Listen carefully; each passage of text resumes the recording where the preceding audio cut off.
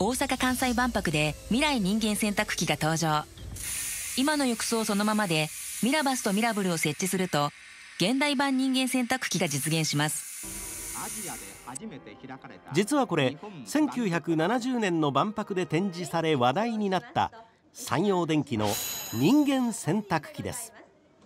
係湯から乾燥まで。三洋電機の創業者で当時会長だった井上俊夫さんが、